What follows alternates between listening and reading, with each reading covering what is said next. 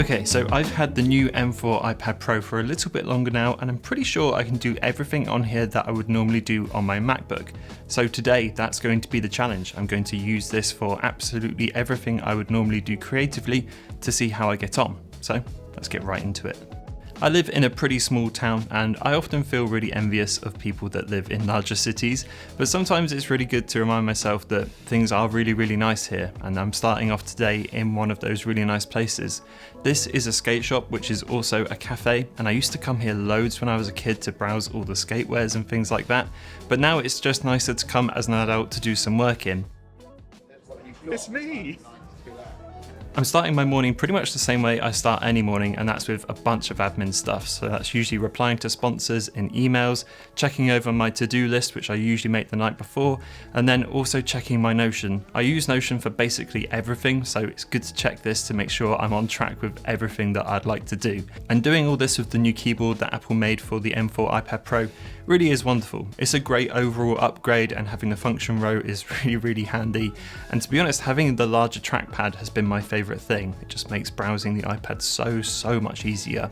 But there are a couple drawbacks which I've really noticed over the last week. It definitely wobbles more than the last one when you're typing, which isn't too bad, but when you go to touch the iPad, it really does wobble a huge amount more, and it kind of encourages me just to use the trackpad a lot more.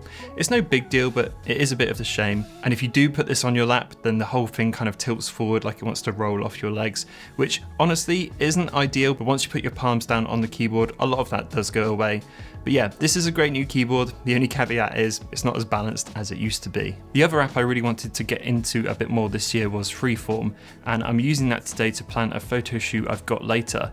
Now, this isn't something I would usually do. I'm usually a lot more of a wing it sort of guy, but I'm shooting something really important today, and actually writing down all this sort of stuff and planning out shots beforehand has been really useful. I'm going to go into that shoot knowing exactly what I'm going to get.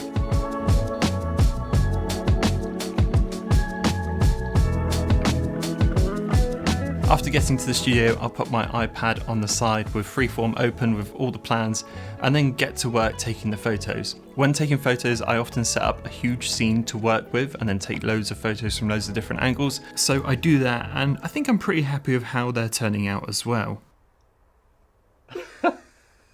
Okay, let me tell you what I'm actually taking photos of today, because it's actually kind of exciting. We've finally gotten around to making some more kind of merch for the channel. And first up is this cup. This is a bite review cup with the new design on the front and the new stickers on the back. Super happy with this, looks awesome. We're also pairing that up with a new coaster for the mug specifically. That's all hand done by us here in the studio. We also got these stickers done as well, which is of the new redesign, and these look absolutely brilliant on something like a MacBook case or an iPad case. I've been using them already, or something as simple as like, you know, your coffee mug or something like that. It actually took us a while to get these right. We've got them printed out initially and they're a bit too small, then they're a bit too big, but now we've finally got the sizing just right. And finally, one which I think you'll all really like is this new wallpaper. This is the new official Bite Review wallpaper.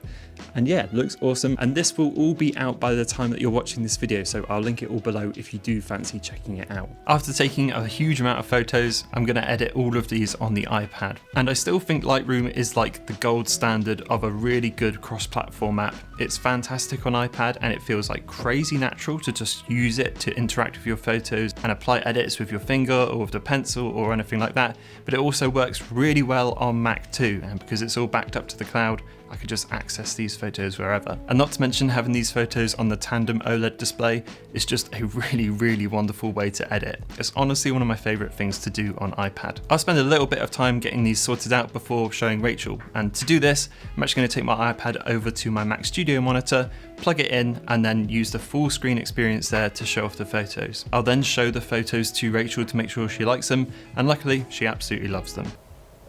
After sorting all the photos out and having a bit of a clear up, it's pretty much time for lunch, so we head downstairs and order some food in.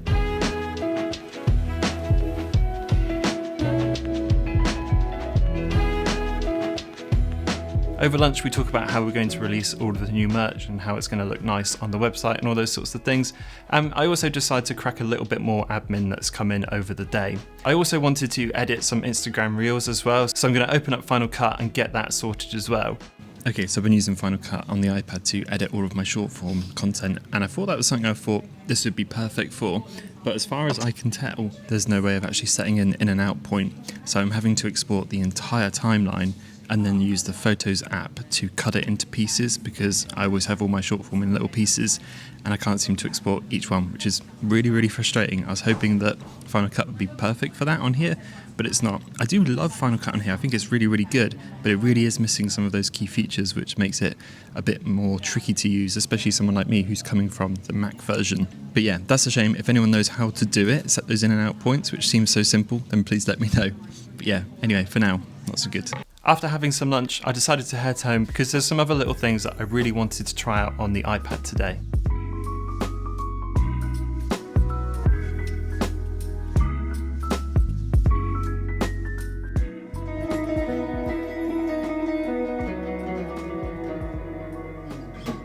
Do you recognize that famous tune? Unfortunately, so. Okay, this next thing I've wanted to try out on the iPad for ages, but I've never really come around to it. But it's to try out all of the guitar modelling on Logic Pro. I used to do this loads. I used to love playing around with guitar tones, that sort of thing. But since having a Mac and all this sort of stuff, I just haven't had time to muck around with it. But Logic's got it all built in now. And I don't want to spend like 400 quid on it on the Mac, but I can try it out for a £5 on here, so pretty good. That's kind of all I wanted to do, just see what it's like. You do need a sound card plugged into the iPad to make all of this work, but once you're plugged in, there's actually a decent amount of tones and amps and pedals to try out here, which was actually really fun. This is something I used to do a huge amount when I used to be into music and recording it and all those sorts of things, and it's crazy to see how far it's come. I've been out of that sort of thing for a long time, and coming back to it this many years later is really, really interesting to see. So I spend a lot of time just mucking around with those tones to see what I can get out of it.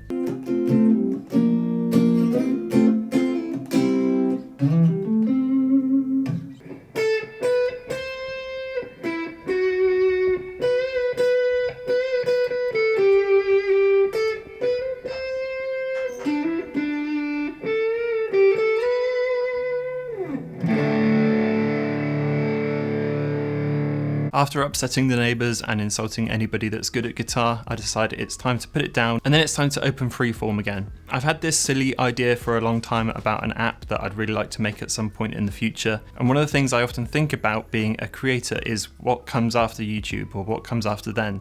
So keeping my mind open to anything like this has been really useful, and the iPad has allowed me to do it. And look, I know nothing about coding and I know nothing about app design or anything like that, but without the iPad I probably never would have written this idea down. So I'm using Freeform here to just flesh out a little bit what it looks like, and I have to admit, having the Pencil Pro at this point has been so useful, just for that pinch function.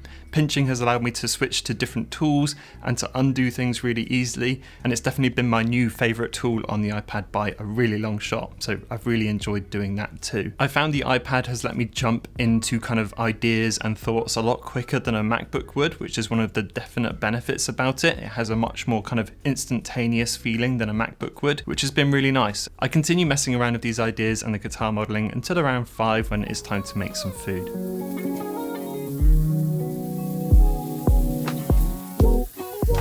Normally when I'm making dinner or any form of food, I keep my MacBook very far away from it. But the iPad is still like uniquely positioned for this kind of use when your hands are full and you just need to touch a screen or something like that to make something work. And I still really like it for that. So usually I put the iPad up on the shelf and I'll use it to control music or to check any recipes if I am needing that sort of thing. Right now I'm actually listening to the new Bring Me the Horizon album, the new 4 Years Strong single, which is awesome. And I'm also going back into a Beatles phase, which is something which happens pretty much every other month to me. After eating dinner and rolling into the evening, my device use pretty much falls off a cliff, but I have made a bit more of a conscious effort to try a bit more gaming out on the iPad, because since I picked up the Steam Deck and since the Switch has just been so good over the last year, I've almost completely forgotten about it. But I am trying out this game at the moment called Wuthering Waves, which I think is a bit of a Genshin Impact clone, but it seems pretty decent. The combat is really good for a touchscreen game, and the graphics on this iPad are wonderful. I've cranked it up to max settings at 60 frames per second, and it just runs wonderfully here on this new iPad. I also play a bit of Hades on here as well, which is a game I've loved for years and years, and it's really fantastic on the iPad. The only thing which I do struggle with is the touchscreen controls on games like these, especially big 3D ones. After about half an hour or so, I find the controls really uncomfortable to use. After playing some games My evening is pretty much over and I'll put the iPad on charge and I'm on around 32%, which isn't too bad considering everything I've done today.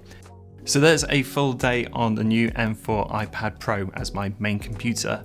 And while everything was totally possible, I will admit the little drawbacks and everything make this kind of trickier for me to use for absolutely everything. There's so many things on my MacBook which are just that much easier, which just make that the clear tool for me, even though I really like this.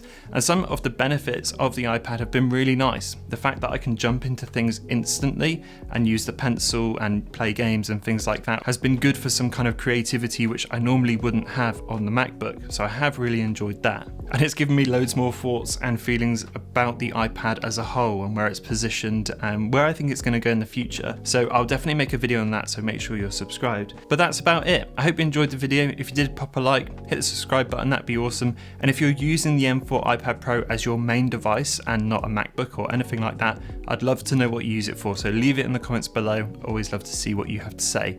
And of course, I will see you all in the next one.